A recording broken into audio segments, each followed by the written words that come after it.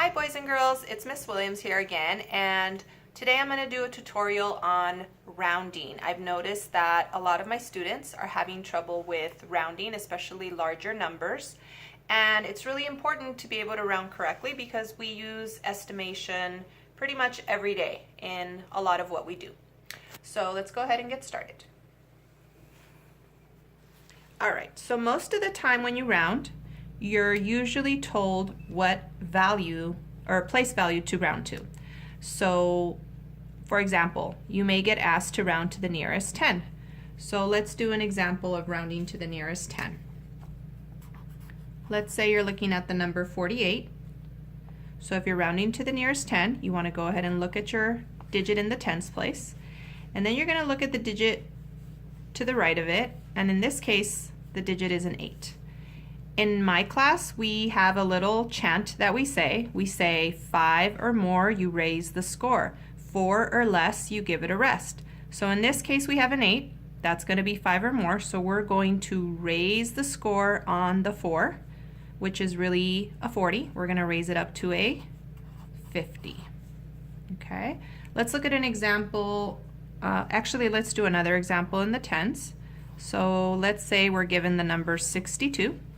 So we're rounding to the nearest 10. We're going to zoom into our tens place. We're going to look at the digit to the right. That is a 2. So if we keep with the chant, 4 or less, you give it a rest.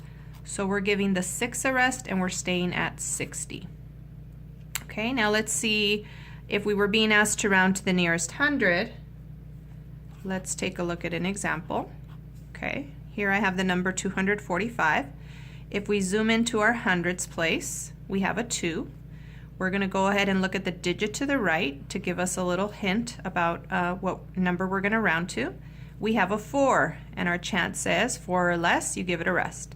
So that means we're going to give the 2 a rest, and since it's in the hundreds place, it's going to stay at 200. All right, let's do another one. If we're looking at the number 591, again, we're rounding to the nearest 100. We're going to look at the digit to the right. It's a 9. A 9 is very high, so it's going to bump up our 500 to a 600. All right, let's look at an example now, rounding to the thousands. Okay, so we're going to look at the digit in the thousands place. We have a 1. The digit to the right is a 7. 5 or more, we're going to raise the score from 1,000 to 2,000. Okay, so hopefully you see the pattern here. Now, sometimes what happens is you get asked to round to the nearest 10, but the number you're given is a much larger number. So for example, okay, so even though we're working with a larger number, we still have to focus in on our tens place.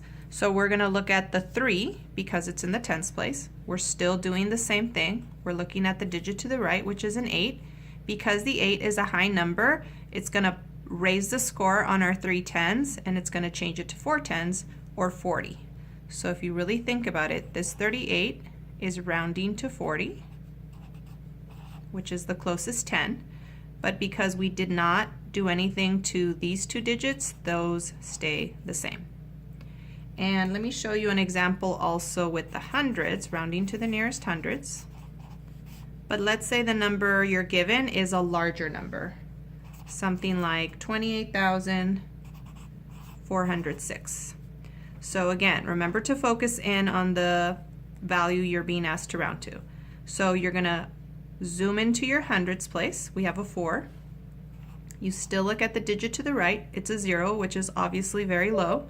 So in this case, you're going to stay at 400. You're giving it a rest. So imagine you're rounding 406 to 400. And again, because we did not do anything to the 28,000, that will stay the same. Okay? All right. And sometimes what will happen is you are not told the exact place to round to. So you may be told to just round to the greatest value. When you're told to round to the greatest value, you want to look at the digit to the farthest left. Okay, so for example, in this number, the digit with the greatest value would be the 5. So you're going to focus in on that, the thousands place. Same exact thing, you look at the digit to the right, it's a 4. 4 or less, you give it a rest.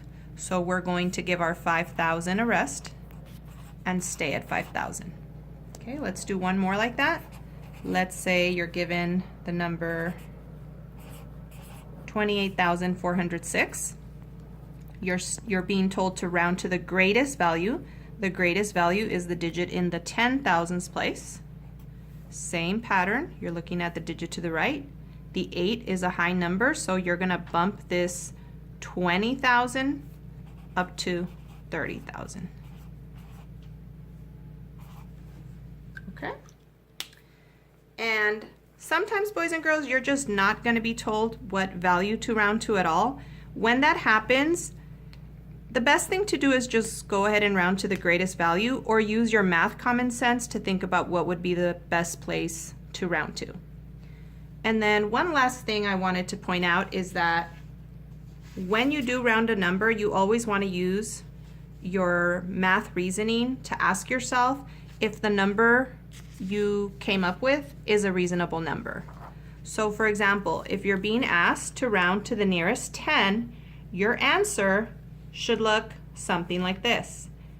It should be a 10, 20, 30, 40, 50, and so on.